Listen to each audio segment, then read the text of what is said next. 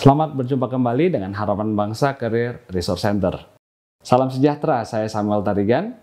Dan dalam sesi ini saya akan menjelaskan tentang kelayakan bisnis dan valuasi bisnis.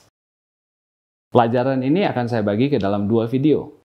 Video yang pertama menjelaskan tentang menentukan kelayakan bisnis menggunakan beberapa kriteria seperti NPV, IRR. Dan juga Anda akan diajarkan dasar-dasar menghitung nilai dari sebuah investasi menggunakan present value. Dalam video yang kedua, saya akan menjelaskan tentang bagaimana cara Anda menentukan cost of capital, serta bagaimana menerapkan teknik discounted cash flow untuk menghitung your enterprise value. Ini sangat penting karena banyak sekali anak muda yang ingin punya startup. Mungkin sebagian dari Anda juga punya cita-cita punya startup dan akan mengundang investor untuk memodali usaha Anda. Dan Anda harus memberikan sebagian saham kepada mereka. Untuk itu, Anda harus mampu menghitung berapa nilai keseluruhan dari perusahaan Anda. Selamat mengikuti. Hal ini menjadi penting karena di dunia technopreneurship, dunia startup, seringkali Anda harus mengajak investor untuk bergabung ke dalam perusahaan Anda, memperkuat permodalan. Dan untuk itu Anda harus menawarkan sejumlah saham kepada mereka. Dan tentunya Anda harus tahu bagaimana cara menghitung saham perusahaan Anda. Berapa nilai potensi bisnis Anda. Anda tidak akan mau menjual perusahaan Anda seharga aset Anda, bukan? Bayangkan Anda punya sebuah toko, mungkin Anda habiskan modal 1 miliar, tetapi omsetnya katakan 10 miliar sebulan. Tidak mungkin Anda akan mau melepaskan toko itu senilai 1 miliar untuk 100% saham, bukan? Dan hari ini Anda akan belajar bagaimana cara menghitung nilai wajar dari bisnis Anda. Ya, supaya Anda bisa berbagi saham dengan sama-sama menguntungkan, win-win. Anda sebagai pengusaha mendapatkan profit yang cukup dan investor juga mendapatkan return yang memadai untuk investasi mereka di perusahaan Anda. Baik, kita akan belajar bagaimana kita menghitung nilai sebuah perusahaan, ya. Tetapi sebelum itu saya ingin menjelaskan dulu bagaimana caranya Anda bisa menilai sebuah perusahaan itu layak atau tidak. Ya, itu adalah salah satu topik kita pada sesi ini. Jadi, pertama menilai kelayakan investment, ya, apakah sebuah investment itu menarik, visible atau tidak. Kemudian saya akan jelaskan konsep dari present value, net present value, dan internal rate of return, ya. Ini kaitannya dengan sebenarnya masih dengan kelayakan bisnis, tetapi juga terkait dengan bagaimana Anda bisa menghitung nilai perusahaan Anda nanti, ya, nilai sebuah aset, bagaimana cara menghitungnya. Kemudian ada bagian ketiga, cara menentukan discount rate, karena ini adalah salah satu bagian penting dalam proses menghitung nilai perusahaan. Dan terakhir saya akan berikan contoh aplikasinya, bagaimana Anda menerapkan metode yang diajarkan dalam kuliah ini untuk menghitung nilai sebuah perusahaan. Baiklah, kita akan mulai dengan yang pertama, bagaimana Anda bisa menentukan apakah sebuah bisnis itu layak atau tidak. Nah, investment feasibility, kelayakan sebuah bisnis, dapat ditinjau dari berbagai segi. Pertama, biasanya adalah kelayakan teknis atau technical feasibility. Apakah secara teknis, produk yang Anda sedang kembangkan itu bisa diproduksi dengan efektif dan dengan efisien. Jadi kalau Anda ingin memproduksi sebuah barang atau jasa, Anda pertama harus memastikan itu memang memungkinkan diproduksi secara teknis, ya. Jadi kalau Anda punya suatu produk yang tidak bisa berfungsi, tidak bisa jalan, ya sudah lupakan, ya, there is no business, ya. Kalau kayak gitu Anda sudah tidak punya bisnis. Nah, aspek kedua, market visibility. Dari segi pasar itu memang ada permintaannya, ada konsumennya, dan ada cukup banyak konsumennya. Ya, jadi jangan membuat suatu produk yang memang tidak ada konsumennya. Ya, bisa dibuat secara teknis, tetapi nggak ada market, ya, tetap tidak visible. Ya, jadi dua pertimbangan ini. Nomor satu, bisa dibuat memang secara efisien dalam jumlah besar. Kedua, ada pelanggannya, ada peminatnya, ada permintaannya. Oke. Nah, yang ketiga adalah kelayakan finansial. Apakah secara finansial itu menarik? Secara ekonomis itu menarik. Ya, ingat dalam kuliah sebelumnya Anda telah membedakan keuntungan akuntansi, keuntungan accounting, ya, accounting profit dengan economic profit, dengan apakah sebuah investasi itu menarik secara ekonomis, ya. Nah, 3 hal ini minimum harus ada di dalam bisnis plan Anda. Ya, investor pasti ingin tahu itu betul-betul bisa dibuat nggak? Secara teknis bisa dibuat nggak? Dan yang kedua, biasanya marketnya betul-betul ada nggak? Di mana marketnya? Siapa segmennya? Siapa kompetitornya? Berapa besar demand-nya? Ada di mana mereka? Nah, itu hal-hal yang menyangkut market visibility. Pasti Anda harus yakinkan investor tentang 2 hal ini. Dan tentunya yang ketiga paling dicari oleh investor adalah return on investment. Ya, mereka ingin mendapatkan pengembalian, return, ya, sebuah keuntungan atas investasi dan risiko yang mereka tanggung. Oke. Kemudian tentunya adalah faktor-faktor lainnya yang mungkin perlu dipertimbangkan juga secara sosial, misalnya apakah produk yang Anda sedang kembangkan ini bisa diterima masyarakat, cocok dengan budaya kita, cocok dengan budaya di mana Anda akan memasarkannya, apakah tidak merusak lingkungan, ya, apakah akan didukung oleh pemerintah, oleh masyarakat sekitar. Nah, itu adalah hal-hal yang harus diperhatikan ketika memperhatikan apakah sebuah bisnis itu visible atau tidak, layak atau tidak, ya, untuk diteruskan, untuk dikembangkan, untuk dimulai. Oke, jadi perhatikan dalam dokumen Anda nanti bisnis plan harus ada kelayakan teknis, ya, ceritakan bagaimana Anda akan membuatnya, kelayakan pasar, di mana marketnya, seberapa besar, dan secara finansial itu memang menarik, ya. Kita akan mempelajari dalam kuliah kali ini, dalam pelajaran kita kali ini, kelayakan finansial. Ya, jadi yang ketiga ini saya berikan tanda warna merah, karena fokus kita tidak akan membahas yang nomor 1 dan nomor 2 atau yang nomor 4. Kita hanya membahas kelayakan dari segi finansial. Ya, maksud saya menampilkan slide ini adalah supaya saudara tahu, ya, yang disebut layak itu tidak hanya dari segi keuangan. Ya, yang disebut layak itu harus layak dari banyak sisi. Ya, dari segi finansial ya tentunya, tapi juga teknis, market, dan sosial, dan seterusnya. Baik, itu tentang business visibility. Kelayakan finansial, saya akan perkenalkan 3 kriteria. Ya, 3 dulu karena ada beberapa yang lain. Nomor 1, payback period. Berapa cepat sih kembali modalnya? Contohnya, kalau saya keluar 100 juta, berapa lama uang 100 juta itu akan kembali kepada saya? Ya, ini caranya mudah, ya. Jadi dari segi plusnya, pro-nya itu mudah, tapi kontranya tidak memperhitungkan time value of money, ya. Jadi kalau dibilang saya keluar 100 juta dan akan kembali dalam 3 tahun, ya mungkin 40 juta dan 20 juta, ya, tahun pertama, tahun kedua, tahun ketiga, akhirnya kembali 100 juta. Tentu itu tidak memperhitungkan bahwa nanti uang saya itu nilainya sudah lebih kecil dibanding sekarang, ya. Uang 100 juta yang datang 2 tahun lagi, 3 tahun lagi kan nilainya tidak sama dengan 100 juta hari ini. Itu kelemahannya. Cuma sangat mudah, ya, dan ini sangat populer. Kalau saudara berbisnis di lapangan begitu, ya, street smart, ya, dengan orang-orang yang street smart, orang-orang yang biasa berbisnis di lapangan, yang punya toko lah, yang punya usaha-usaha pabrik atau apa, mereka sangat mengenal ini. Kalau saya beli mesin berapa lama balik modal? Ya. Itu mudah, sayangnya tidak memperhitungkan time value of money.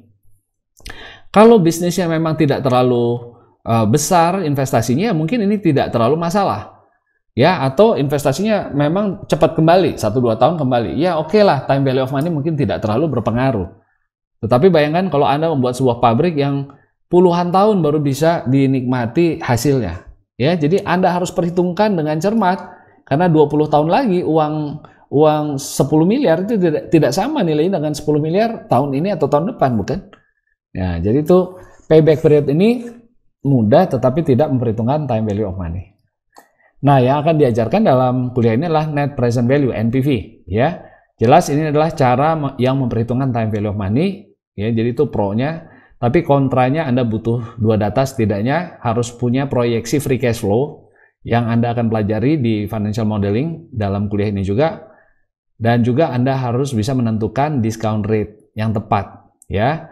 Kalau Anda lihat di dalam pelajaran kita minggu ini ada menentukan cost of capital.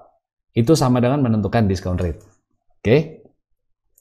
Nah, kriteria yang ketiga adalah internal rate of return, yaitu tingkat pengembaliannya berapa persen ya per tahun.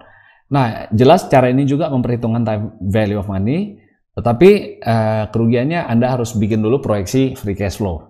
Ya, jadi ini agak lebih rumit dibandingkan payback period, ya, baik NPV maupun IRR, ya.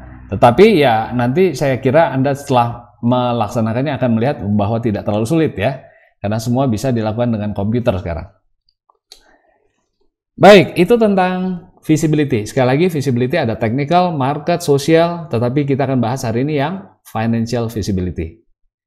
Kita akan masuk ke dalam konsep berikutnya yang sangat-sangat penting, yaitu present value, net present value, dan internal rate of return atau IRR. Nah, dalam pelajaran sebelumnya, dalam video yang terpisah, saya telah menjelaskan bahwa nilai uang sekarang itu tidak sama dengan nilai uang nanti dengan jumlah yang sama.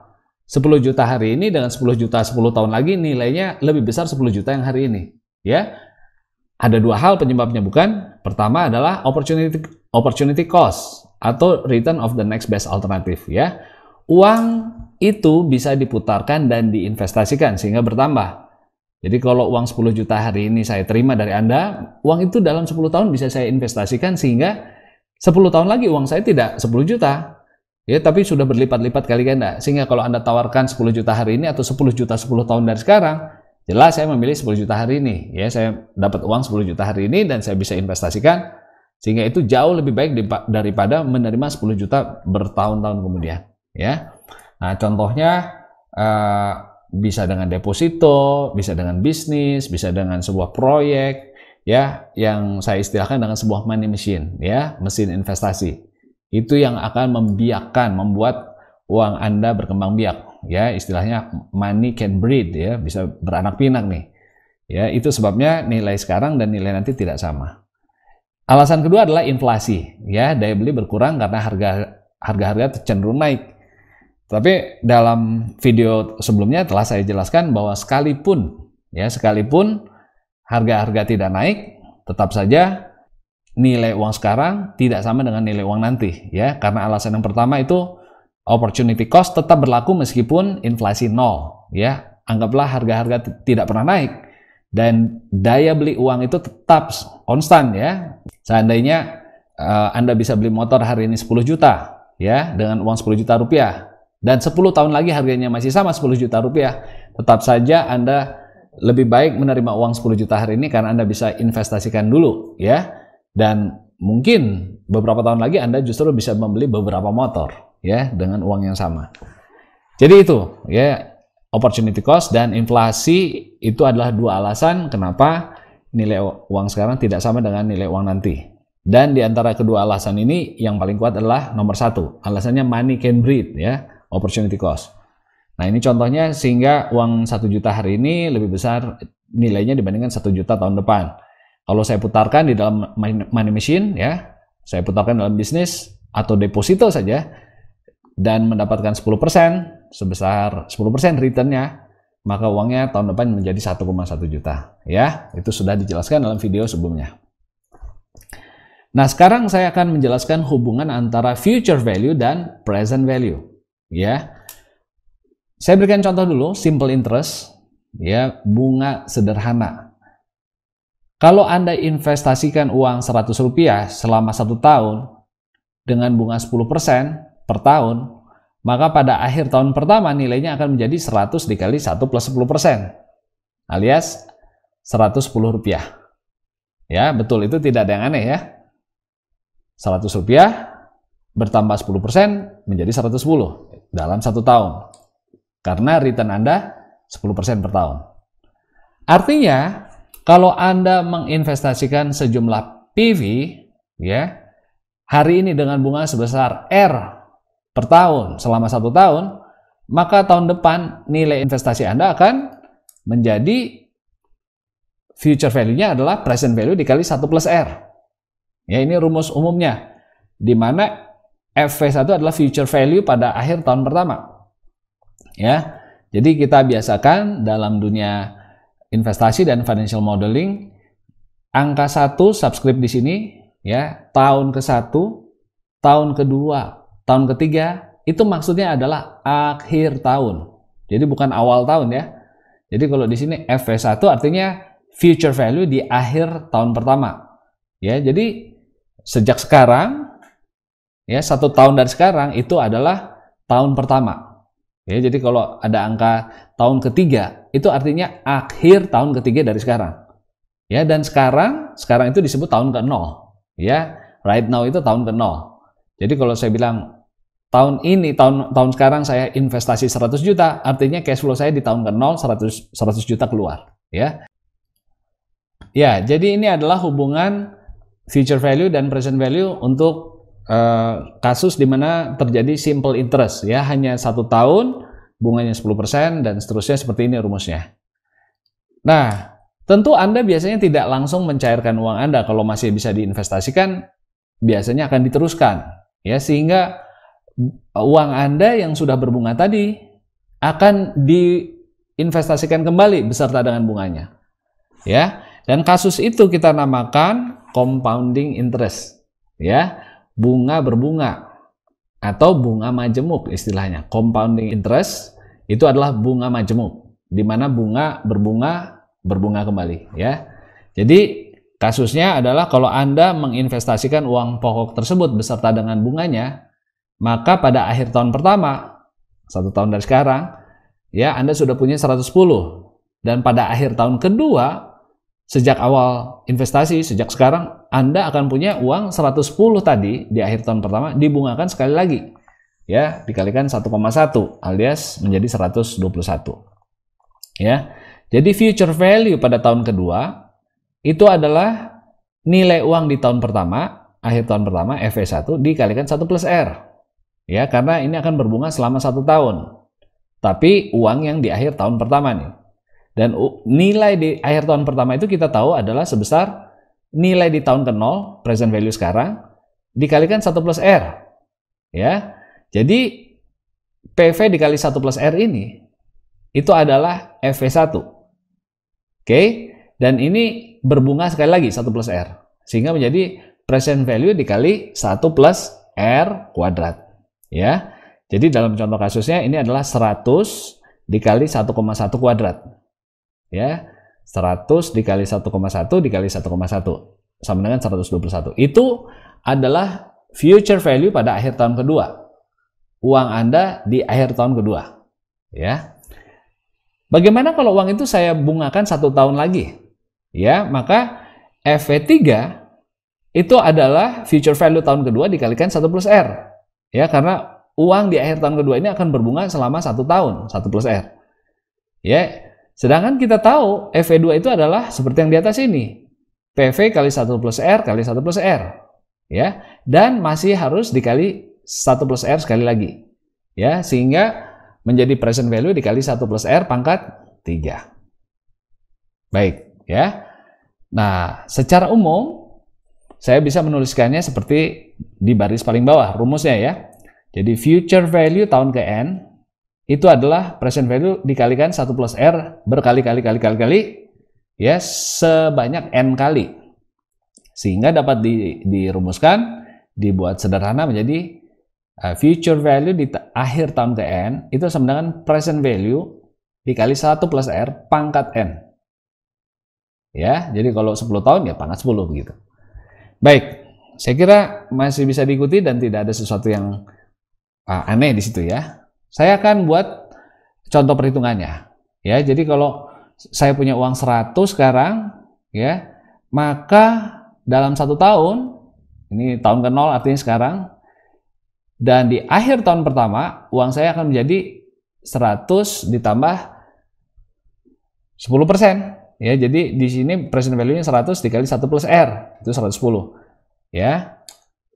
Dan kalau saya tidak cairkan ya, uang itu masih terus deposito sekali lagi misalnya, maka uang ini akan berbunga, uang 110 ini akan berbunga sekali lagi bertambah 10%. Ya, jadi ini adalah 100 dikali 1 plus 10% pangkat 2. Ya, 2 kali. Nah, itu contoh perhitungan untuk 2 periode.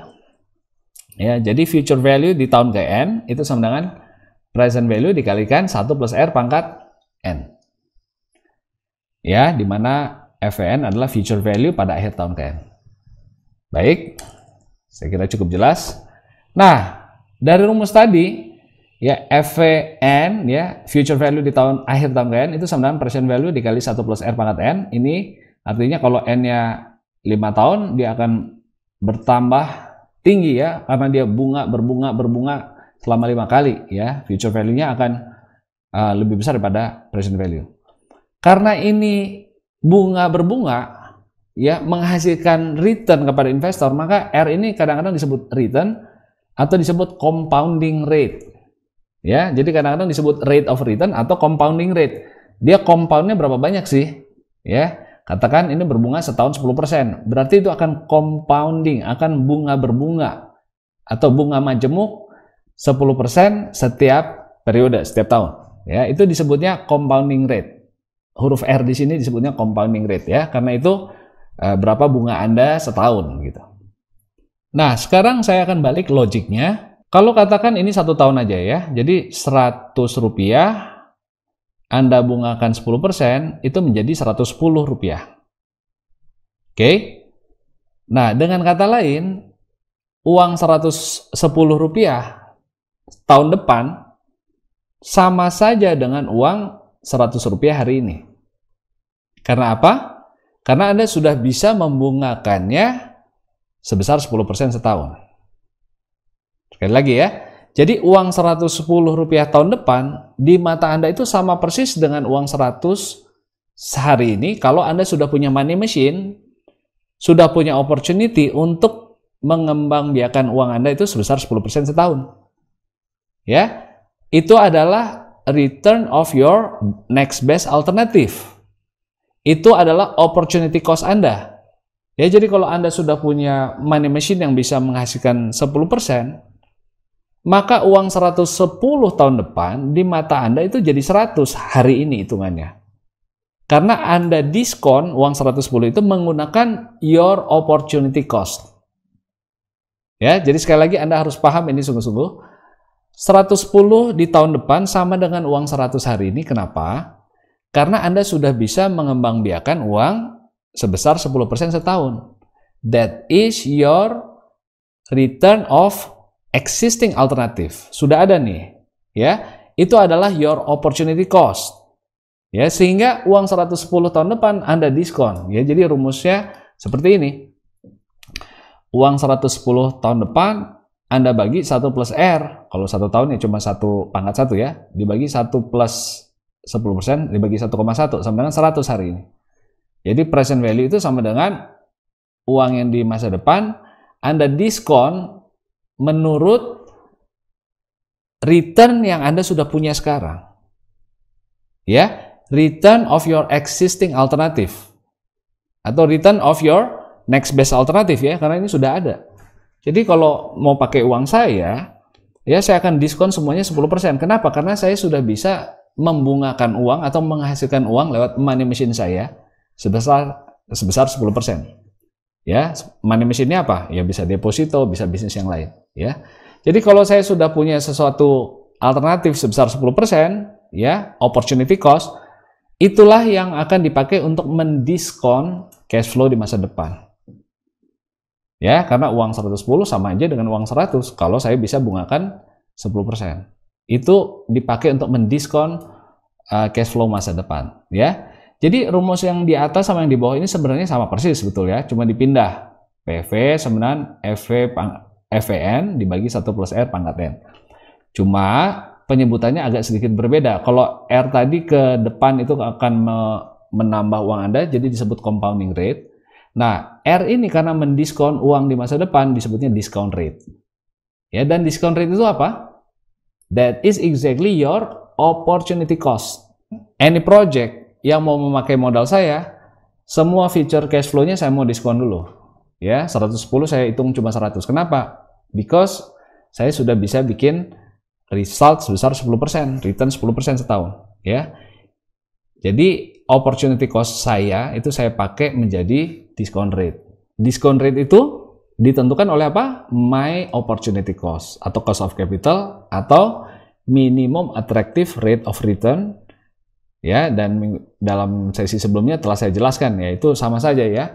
Minimum attractive rate of return bisa saya pakai istilah lain yaitu opportunity cost karena saya sudah punya opportunity, dan bisa sekarang saya pakai sebagai discount rate, istilah lainnya. Jadi kalau ke depan dia maju, dia bertambah besar, itu disebutnya compounding rate. Tapi kalau kita menghitung present value menjadi sebuah angka yang lebih kecil, itu kita sebut sebagai discount rate. Ya, jadi itu pengertian tentang compounding rate dan discount rate. Ini rumusnya seperti ini. Nah, jadi itu disebut metode discounted cash flow. Ya, karena apa? Karena kita mendiskon cash flow di masa depan untuk dihitung present value-nya ke hari ini. Ya. Nah, contoh, bila Anda ingin menghitung nilai sekarang present value dari serangkaian arus cash, ya, cash flow di masa depan, maka kita hitung satu persatu present value-nya. Ya, contoh kita punya N cash flow. Ya, ini bedakan dengan yang pertama. Contoh sebelumnya, ini hanya ada satu ya. Ini hanya ada terjadi satu kali cash flow, dan Anda pengen tahu nilai sekarang berapa. Berarti ini hanya ada satu, di tengahnya tidak ada apa-apa ya. Nah, kalau di sini kasusnya agak berbeda. Berarti ini ada banyak cash flow nih. Ada 1, 2, 3, 4, 5, 6 cash flow contohnya. Saya pengen tahu berapa sih nilai sekarang dari 6 cash flow ini. Ya, cara menghitungnya adalah saya menghitung satu persatu. Berapakah present value dari cash flow yang pertama ini? Saya hitung, saya tarik ke depan. Artinya didiskon ya. Saya diskon. Berapakah present value dari cash flow tahun kedua ini, akhir tahun kedua? Saya diskon lagi. Berapakah present value dari cash flow tahun ketiga ini? Saya diskon lagi. Ya, dengan rumus tadi. Dan ini akhirnya saya jumlahkan satu persatu. Itu yang saya sebut sebagai present value of future cash flows ini. Jadi kalau saya punya 6, yang tahun pertama saya diskon untuk 1 tahun. Cash flow yang ini, yang nomor 2, saya akan diskon untuk 2 tahun. Yang ini 3 tahun sampai yang 6 tahun, saya diskon untuk 6 tahun. Saya jumlahkan semua, maka saya peroleh nilai present value untuk ke-6 cash flow tersebut. Oke. Nah, jadi rumus umumnya seperti ini ya. Untuk tahun pertama saya diskon hanya 1 plus R karena itu cuma 1 tahun mundurnya. Cash flow tahun kedua saya bagi 1 plus R pangkat 2. Ya, karena 2 tahun mundurnya. Cash flow tahun ketiga 1 plus R dalam kurung pangkat 3. Ya. Ini dari mana? Ini dari rumus yang sebelumnya. Ya, jadi kalau Anda lihat rumus yang ini. Nah, rumus yang ini.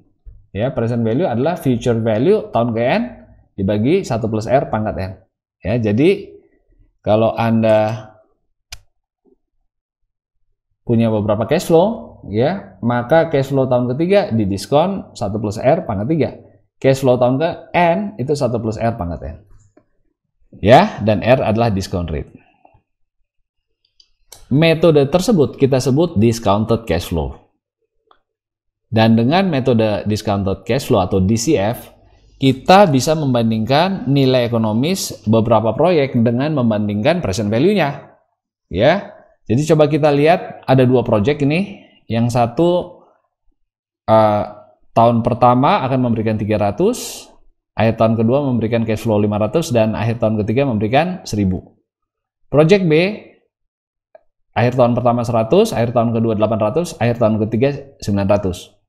Nah, Anda lihat jumlah totalnya sama nih. 300 tambah 500, 800 tambah 1000. 1800. Project B, 100 tambah 800, 900 tambah 900, 1800. Ya. Jadi project A dan B ini total cash flow-nya sama, 1800. Tetapi beda timingnya, ya. Timingnya beda. Ini tahun pertama agak banyak, di sana lebih sedikit, dan seterusnya. Jadi bagaimana saya bisa bandingkan kedua cash flow ini kalau saya mau memperhitungkan time value of money? Kalau saya tidak mau memperhitungkan time value of money, ya mudah. Ya ini sama. 1800, yang kanan juga 1800. Jadi bagaimana caranya? Kita gunakan DCF. Ya, rumusnya seperti ini. Jadi present value, rumus yang tadi tinggal kita terapkan. Untuk kasus A, cash flow tahun pertama kan 300. Saya diskon 1 plus 0,1. Kalau diskon rate-nya 10% ya. 500 dibagi 1,1 pangkat 2 ditambah 1000 tahun ketiga itu cash flow-nya dibagi 1,1 pangkat 3 dan keluar angka 1437. Ya. Yang project B juga formulanya sama. 100 dibagi 1,1 ditambah 800 dibagi 1,1 pangkat 2 ditambah 900 dibagi 1,1 pangkat 3 sama dengan 1428. Jadi kesimpulannya apa? Kalau kita memperhitungkan time value of money, ya, di mana saya mau mendiskon semua cash flow di masa depan itu dengan rate 10% setahun, saya akan temukan bahwa project A ini present value-nya lebih tinggi dibandingkan dengan project B, ya, 1437 as opposed to 1428 untuk project B, ya. Jadi ini contoh sederhana bagaimana Anda bisa langsung pakai formula DCF, ya, untuk menghitung present value untuk membandingkan dua proyek, ya, berapa present value yang A, berapa present value yang B, ya. Masing-masing cash flow harus kita diskon sesuai dengan periode tahunnya, ya. Itu dia. Berikutnya saya akan menjelaskan tentang net present value. Net present value dengan present value hanya beda satu kata, yaitu net. Dan di formulanya juga hanya beda satu, yaitu investasi awal. Dalam kasus present value, saya hanya menerima cash flow positif dari tahun demi tahun, ya. Berapa sih nilai sekarang dari cash flow tahun pertama, tahun kedua, dan seterusnya. Dan tidak ada cash flow keluar, tidak ada investasinya. Nah, net present value hanya menjumlahkan cash flow yang masa depan ini dengan cash flow hari ini. Ya, artinya CF0 ini adalah biasanya investasi yang keluar untuk bisa mendapatkan hasil CF1 sampai dengan CFN tadi. Ya, kalau Anda mau mendapatkan keuntungan tiap tahun CF1, CF2, CF3, tentu biasanya Anda harus invest dulu sebesar CF0, ya. Jadi CF0 ini adalah investasi awal di tahun ke-0, ya, investasi awal sekarang. Jadi uang yang Anda keluarkan hari ini supaya bisa mendapatkan benefit di tahun-tahun yang akan datang. Jadi kalau ada jumlahkan, ya, dengan CF0 itu disebut net present value, ya. Jadi biasanya CF0 ini nilainya negatif. Karena apa? Karena CF0 ini adalah biasanya uang keluar dulu, baru ada uang masuk. Ya, CF1 sampai CFN ini biasanya adalah positif, uang masuk. Ya, dan CF0 ini uang keluar, investasi awalnya. Oke. Jadi bedanya hanya sedikit dengan present value, ya. Yang hitam ini semua adalah present value dan CF0 ini adalah investasi awalnya. Jadi CF1 sampai dengan CFN ini adalah future benefits yang kita diskon untuk menghitung present value-nya. Ya, jadi kalau saya jumlahkan semua tulisan ini yang di dalam formula itu adalah present value of future benefits, ya. Dan saya jumlahkan dengan investasi awalnya. Itulah net dari present value, ya. Jadi present value of future benefits dikurangi dulu dengan investasi awal, itu netnya, net dari present value of all benefits yang saya akan dapatkan di masa depan, ya. Nah, jadi NPV kita hitung dengan menjumlahkan present value of future cash flow dengan pengeluaran investasi awal, ya. Jadi kalau tipikal investasi itu seperti ini bentuk cash flow-nya. Anda keluar uang sekarang dan dapat uang masuk dan seterusnya sampai tahun ke N. Mudah-mudahan tak terhingga, ya, terus-menerus jalan. Nah, cara menghitungnya ini masing-masing didiskon. Tahun pertama didiskon 1 tahun, tahun kedua 1 plus R pangkat 2, ya, dibagi 1 plus R pangkat 2. Tahun ketiga present value-nya adalah CF3 dibagi 1 plus R pangkat 3. Yang keempat CF4 dibagi 1 plus R pangkat 4, dan seterusnya. Ini dijumlahkan semua present value-nya sehingga Anda dapat present value dari semua cash flow di masa depan. Itu yang kita sebut present value of future benefits. Present value of future benefits, dan saya jumlahkan dengan investasi awal, ya. Sehingga kalau yang ke atas jumlahnya lebih besar daripada yang merah ke bawah, hasil netnya akan ke atas, positif, ya. Dalam kasus ini NPV-nya positif, ya. Itu adalah karena present value of future value, ya. Jadi cash flow tahun pertama sampai dengan tahun ke-N, itu setelah saya diskon dan saya jumlahkan, totalnya masih lebih besar dibandingkan investasi awal. Ya, itu cara menghitung NPV dari sebuah cash flow. Ya. Jadi, kalau benefitnya ya, setelah saya diskon, berarti saya sudah memperhitungkan saya punya opportunity cost. Saya sudah perhitungkan minimum attractive rate of return. Ya, saya hitung, saya diskon ke nilai hari ini. Ya, jadi seperti tadi uang 1.800, nilai hari ininya cuma 14.38 ya. 14.28. Setelah saya diskon, saya bandingkan dengan investasi awalnya. Kalau netnya itu positif, artinya present value dari manfaat masa depan tadi lebih besar daripada investasi awalnya. Sehingga proyek tersebut layak secara finansial atau financially visible, ya. Dan sebaliknya, kalau semua cash flow ini saya diskon dan saya hitung present value of future benefits-nya, ternyata itu lebih kecil dibandingkan cash flow awalnya, investasi awalnya, artinya investasi saya itu tuh nggak nutup. Ya, jadi kalau future benefit saya hitung dengan uang hari ini, dibandingkan pengeluaran yang hari ini, ternyata lebih besar pengeluarannya, maka artinya investasi saya itu tidak layak secara finansial. Oke? Nah, dari hubungan ini Anda bisa melihat bahwa semakin besar discount rate, R-nya, maka semakin kecil present value-nya, bukan? Ya, kenapa bisa demikian?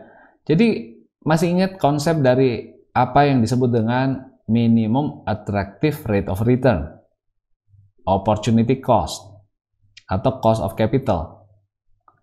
Kalau saya sudah punya sebuah money machine yang menghasilkan 10% setahun, maka uang 110 tahun depan itu artinya di mata saya itu cuma 100 nilainya hari ini. Kenapa? Karena saya bisa bungakan 100 ini jadi 110 di tahun depan. Ya, jadi saya diskon 110 ke nilai hari ini menjadi 100 karena saya sudah punya alternatif 10% ini. Ya, buat saya anything 110 nilainya sama persis dengan 100 hari ini. Nah, kalau saya punya peluang lain yang lebih tinggi di tangan, ini sudah ada sekarang, artinya minimum attractive rate of return-nya bukan 10 tapi menjadi 20%. Ya, katakan saya sudah punya bisnis yang menghasilkan 20%. Maka present value dari future cash flow dari sebuah project baru ini akan lebih kecil dibandingkan kalau diskon rate-nya cuma 10%. Ya, kenapa? Karena buat saya sudah bisa investasikan uang 100 jadi 120. Ya, jadi uang 120 tahun depan itu nilainya cuma 100 buat saya. Kenapa? Karena saya bisa menghasilkan 20% setahun. Dengan kata lain, kalau saya punya cash flow seperti ini, saya diskon rate dengan 10%, dapatlah sebuah angka, present value. Dan saya coba diskon rate yang lain dengan angka diskon rate yang lebih besar, maka ketika saya pakai angka diskon rate yang lebih besar, present value-nya akan semakin kecil. Ya, betul ya, karena lihat di rumus ini, ya, semakin besar opportunity cost saya, semakin baik peluang alternatif yang saya punya, maka semakin nggak menarik nilai sekarang ya. Present value-nya menjadi semakin nggak menarik ya. Karena saya bisa mendapatkan sesuatu yang lebih besar hari ini. Ya. Sehingga ini menjadi lebih kecil angkanya. Dan kalau ini semakin kecil, berarti net present value-nya pun semakin kecil. Ya. Jadi itu hubungannya ya. Kita perhatikan bahwa semakin besar discount rate, semakin besar opportunity cost saya, semakin besar cost of capital saya, atau semakin tinggi minimum attractive rate of return buat saya, maka present value of future benefits-nya juga akan semakin kecil alias NPV-nya juga semakin kecil. Ya. Jadi saya bisa gambarkan hubungan NPV dengan rate of return atau minimum rate of return dengan discount rate dalam grafik ini. Jadi contoh lihat ya. Kalau saya cuma mengharapkan 5%, mungkin NPV masih positif. Karena present value dari future benefits-nya masih lebih besar daripada CF0. Terus saya naikkan lagi R-nya, jangan 5 deh. 7%. Maka present value of future benefits-nya akan semakin kecil. Sehingga kalau dikurangi dengan CF0, investasi awal, NPV-nya menjadi semakin kecil. Lalu di sini, katakan saya minta 10%. Ya, karena saya sudah punya bisnis 10%. Jadi uang 110 tahun depan di mata saya sama aja dengan 100. Karena saya sudah punya money machine yang 10%. Sehingga saya mau terapkan itu untuk mendiskon semua future cash flow. Ya, jadi kalau ada uang 110, buat saya harus didiskon sebesar 10% setahun. Ya, dibagi 1,1. Ya. Nah, ternyata NPV-nya menjadi 0. Ya. Kemudian saya terus naikkan. Saya berharap minimum saya, katakan saya sudah punya money machine yang menghasilkan 20%. Ternyata NPV-nya jadi negatif. Kenapa bisa begitu? Karena present value of future cash flows-nya semakin kecil. Ya, semakin besar saya punya opportunity cost, semakin besar saya punya cost of capital, maka minimum attractive rate of return buat saya juga semakin tinggi. Dan kalau itu semakin tinggi, ya saya akan diskon semakin tajam, semakin besar diskonnya. Ya, sehingga present value of future cash flows-nya itu semakin kecil. Dan ketika dikurangi dengan investasi awal, tekor, minus. Ya, jadi hubungannya berbanding terbalik seperti ini. Semakin besar diskon rate, semakin besar minimum attractive rate of return saya. Semakin besar opportunity cost saya. Semakin besar diskon rate atau cost of capital saya, maka NPV-nya akan turun. Ya. Nah, kalau ditanya, jadi berapa sih return bisnis Bapak itu sesungguhnya? Nah, returnnya adalah di titik ini pada saat NPV-nya sama dengan 0. Nah, kok bisa begitu? Saya akan jelaskan ya, intuisinya begini. Kalau return sesungguhnya dari bisnis Anda kita namakan internal rate of return, kenapa disebut internal? Karena itu internal ada di project-nya. Ya, jadi sebuah project, any project, kalau ada investasi awal terus ada uang masuknya, ya, jadi minus dulu kemudian plus, itu pasti ada rate of return-nya. Ya, berapakah internal rate of return-nya? Ya, itu kita sebut IRR. Nah, kalau IRR-nya itu lebih besar dari cost of capital, lebih besar daripada opportunity cost, ya, yang kita gunakan sebagai discount rate, artinya proyek tersebut bisa mengembalikan cost of capital sebesar R, sebesar minimumnya. Ini contoh ya, saya mengharapkan 5%, di sini R-nya 5%. Artinya si proyek itu return-nya di atas 5%, sehingga dia masih menghasilkan 5% plus ada lebihnya sekian rupiah, begitu. Setelah dihitung present value dikurangi dengan cash flow awal.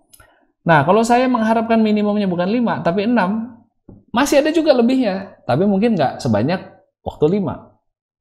Waktu saya mengharapkan minimum 7, masih positif juga. Berarti si proyek itu menghasilkan lebih besar daripada 5, 6, dan 7. Lalu saya naikkan lagi 8, 9, ternyata masih positif. Kalau katakan di 9% dia masih positif, NPV-nya walaupun kecil ya, artinya si proyek itu tidak menghasilkan 9, tapi dia di atas 9 return-nya. Internal rate of return-nya di atas 9. Itu sebabnya masih ada lebihnya dia. Lebihnya itulah yang disebut net present value. Itu adalah apa?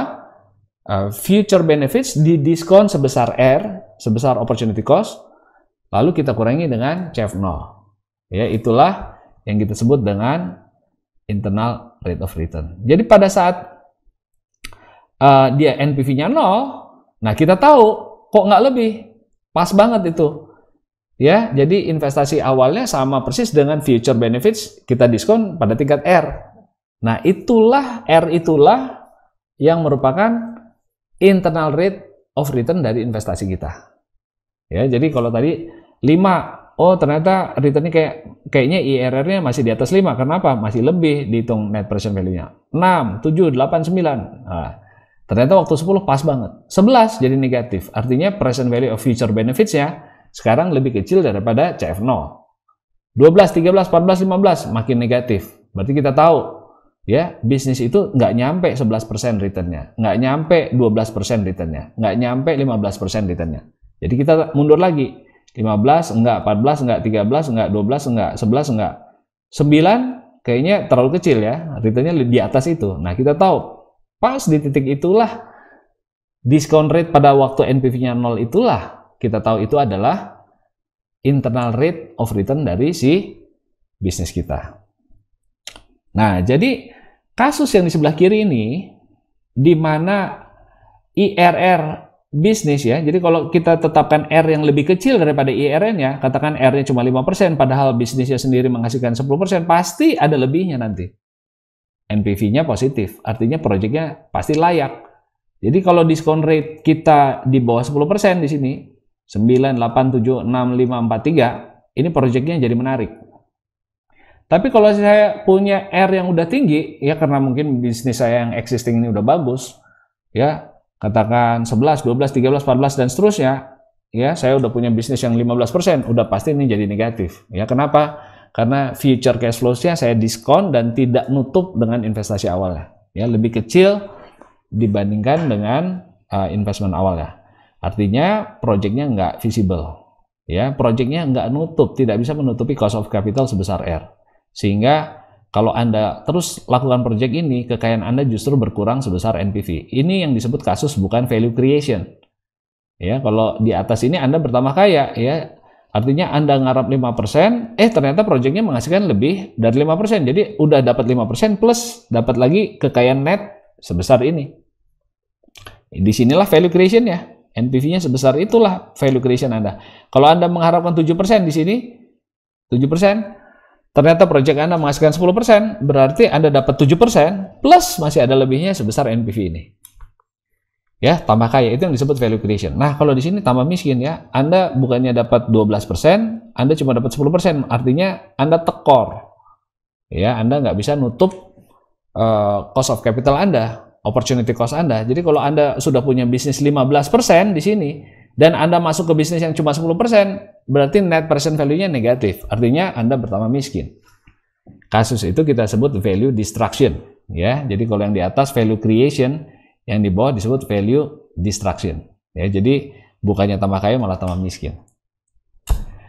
Ya, jadi IRR adalah tingkat pengembalian sesungguhnya dari sebuah proyek. Kita menghitungnya adalah kita coba discount rate di mana NPV-nya nanti sama dengan 0. Ya, jadi kalau contoh tadi 5 ternyata masih plus. Naikin R-nya 6, 7, 8, 9. Oh, pas 10 ternyata 0. Itulah IRR-nya. Ya, jadi IRR adalah tingkat pengembalian sesungguhnya dari sebuah investment dinyatakan dalam persen per tahun. IRR dihitung dengan mencari tingkat discount rate di mana NPV sama dengan 0. Ya. Sekarang saya akan memberikan contoh perhitungannya. Berapakah return dari investasi yang memberikan cash flow seperti di bawah ini? Jadi di akhir tahun ke-0 sekarang Anda keluar uang 100 dan 1 tahun dari sekarang Anda dapat 110. Ya, taruh 100, tunggu setahun dapat 110. Itu gampang, jawabannya 10%. Ya. Tahu dari mana? Kan dari rumus ini ya. Uang 100 berbunga 1 kali 1 plus R dikali 1 plus R sama dengan 110. Rumusnya seperti ini. Ya. Sekarang saya coba tunjukkan bahwa return-nya, IRR-nya 10%, tapi bukan dengan intuisi seperti itu. Ya, dengan rumus di mana IRR adalah discount rate pada saat NPV-nya sama dengan 0. Ya, jadi kita lihat. Jadi 100 sama dengan 110 dibagi 1 plus R, betul ya? Yang ini saya cuma pindahkan ke bawah. Anda masih ingat 110 dibagi 1 plus R itu apa? Itu adalah present value ini. Present value 110 didiskon 1 kali, jadi present value. Ini present value dari 110, betul? Nah, kalau ini saya pindahkan ke sebelah kanan, ini jadi minus 100. Ini adalah CF0. Ya, dan sebelah kiri jadi 0. 0 sama dengan minus 100 tambah 110 dibagi 1 plus R. Nah, ini CF0, ini present value dari CF1. Inilah yang disebut NPV, bukan? Nah, jadi pada saat NPV-nya 0, lalu kita pecahkan rumus NPV ini, ya kita cari R-nya, ya R yang di sini kan sama aja dengan R yang di bawah ini. Ya, jadi R di mana NPV sama dengan 0, itulah internal rate of return. Ya, saya kasih contoh yang 2 tahun ya. Ini juga Anda tahu. Anda taruh uang 100 sekarang, tunggu 2 tahun jadi 121. Berapa R-nya? Ya tentu Anda tahu ini juga 10% sama aja ya. 100 dikali 1 plus R ditunggu 2 tahun pangkat 2 itu sama dengan 121. Ya, karena 1,1 kali 1,1 itu sama dengan 1,21. Berarti angka ini 1,21 ya. Nah, coba ini kita balikan dengan rumus yang ini. NPV-nya gimana ngitungnya? NPV sama dengan CF0 ditambah CF1 dibagi 1 plus R ditambah CF2 dibagi 1 plus R pangkat 2. Nah, coba kita lihat sama nggak dengan rumus di atas ya. Sebelah kiri kita tulis 0. Kenapa? Karena discount rate di mana NPV-nya sama dengan 0 itulah internal rate of return ya. Jadi di sini kita tulis 0, kita pecahkan, ini uang keluar minus 100, di sini nggak ada uang ya, kosong di sini. Dan akhir tahun kedua kita dapat plus 121 dibagi 1 plus R pangkat 2 ya. Ya, jadi ini rumusnya seperti ini kan. Sama aja kan? Ini pindah ke sana 100 ya, terus yang di bawahnya pindah ke kiri dikali 1 plus R pangkat 2 sama dengan 121. Sama persis ya. Sama persis. Kalau yang ini intuitif, Anda bisa menduga. Kalau yang ini berdasarkan rumus. Kenapa saya gunakan rumus ini? Karena ada banyak situasi di mana cash flow-nya jauh lebih rumit daripada ini. Ya, sehingga Anda nggak bisa hanya dengan mudah menebak, oh R-nya berapa hanya dengan menggunakan rumus ini. Ya, akan lebih applicable dalam semua situasi kalau Anda pakai definisi ini. Ya, internal rate of return adalah discount rate di mana NPV dari sebuah project sama dengan 0. Ya. Ya, ini mudah memecahkan masalahnya ya. R-nya Anda sudah tahu 10%, di sini sama persis karena persamaan ini sama dengan yang di sini ya. Jadi sekali lagi, apa itu internal rate of return? Itu adalah return sesungguhnya dari sebuah project. Ya. Dan itu dihitung dengan mencari discount rate yang menghasilkan NPV sama dengan 0. Oke. Untuk kasus yang nomor 1 seperti ini atau yang sebelahnya ini masih mudah. Tanpa menggunakan rumus NPV sama dengan 0, Anda juga bisa menebak ini berapa returnnya. Tapi bagaimana dengan kasus yang lebih rumit seperti ini? Ya, ada 3 cash flow. Ya, jadi ada uang pertama yang Anda butuhkan investasi adalah minus 600 uang keluar. Dan 1 tahun kemudian ada terima 300, terima 500, dan terima 1000. Berapakah return dari investasi ini? Ya, ini lebih susah menghitungnya. Anda nggak semudah dengan cara yang paling atas ini, rumus ini. Ya, itu lebih susah. Jadi, caranya adalah dengan menggunakan rumus tadi.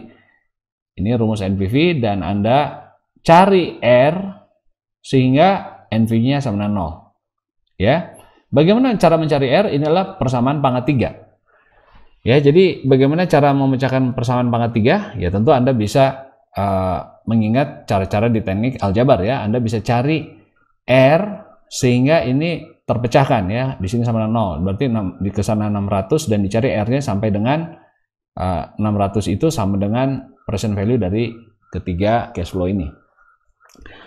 Tentu Anda bisa coba-coba juga ya, coba 5%, 6%, 7% dan sebagainya sampai Anda coba tadi NPV-nya sama dengan 0 ya. Anda plot angka 11, R-nya dinaikkan sedikit-sedikit sampai NPV-nya sama dengan 0. Itu juga cara yang memungkinkan untuk Anda mencari solusi terhadap R. Kalau Anda tidak mau pecahkan persamaan pangkat 3 ini ya. Nah, cara lain tentunya adalah dengan Excel. Lebih mudah karena ini sangat-sangat amat mudah. Dengan Excel sudah ada rumusnya, Anda nggak usah khawatir ya. Tapi yang dilakukan oleh Excel adalah mencari R sehingga ini terpecahkan solusi persamaan ini. Ya, itu yang Excel lakukan. Rumusnya nanti saya akan jelaskan di dalam video terpisah. Jadi, baik present value, net present value, dan IRR dapat dengan sangat cepat dilakukan di Excel. Ya, tanpa harus mengeluarkan formula atau mengetik formulanya satu persatu. Ya. Jadi, saya simpulkan sekali lagi, bagaimana cara Anda menilai sebuah project investasi layak secara keuangan, artinya menarik kalau NPV-nya positif. Ya, present value of future benefits lebih besar daripada CF0. Ingat itu, net present value positif atau internal rate of return-nya di atas cost of capital. Ya, Karena itu selalu sama ya. Ingat gambar tadi yang hubungan antara discount rate dengan IRR dengan NPV ya. Pada saat discount rate kita lebih kecil daripada return sesungguhnya, sudah pasti NPV-nya positif ya. Jadi itu dia. Kriteria investment itu menarik kalau IRR-nya di atas R. Ya, IRR di atas batas minimum yang Anda mau. Jadi your actual return on investment dari proposal itu ya lebih besar daripada your opportunity cost. Yang artinya sama saja NPV-nya positif. Ya kan, Anda lihat ya, pada saat R-nya lebih kecil daripada IRR, ya, waktu Anda mengharapkan cuma 5%, padahal project menghasilkan 10%, sudah pasti NPV-nya positif. Itu dia ya. Nah, kalau Anda punya beberapa alternatif project, sedang milih di antara beberapa project, pilih IRR dan NPV yang paling besar. Simple. Ya. Nah, ini tipsnya, walaupun Anda pengen pilih yang paling besar, belum tentu Anda bisa melakukan project yang NPV dan IRR yang paling besar. Kenapa? Kadang-kadang bisa saja yang NPV-nya besar dan IRR-nya besar itu CF0-nya juga besar. Sangat mungkin. Ya butuh modal besar dan Anda nggak ada uangnya. Ya nggak cukup uangnya. Sehingga artinya Anda mungkin akan memilih dari 4 pilihan, tidak selalu harus yang paling ideal, NPV, IRR paling besar ya. Karena mungkin CF0-nya Anda nggak cukup uangnya. Oke? Jadi Anda harus memilih di antara yang ada. Tapi sekali lagi, kalau NPV negatif, berarti Anda tidak mau melakukannya. Karena itu sebuah kebodohan. Yang terjadi adalah value destruction, bukan value creation. Ya, artinya Anda akan tambah miskin. Karena apa? Anda sudah punya opportunity cost nih. Anda tinggalkan opportunity yang sudah di tangan untuk melakukan sesuatu yang return-nya di bawah itu. Ya, jadi IRR-nya lebih kecil daripada cost of capital-nya, daripada opportunity cost-nya. Ya, nggak make sense. Ya, Anda akan tambah miskin. Itu namanya value destruction. Baik, jadi itu dia. Di dalam bagian yang berikut, saya akan menjelaskan bagaimana Anda menentukan discount rate. Ya, pakai angka berapa sih sebenarnya cost of capital atau opportunity cost atau discount rate yang tepat.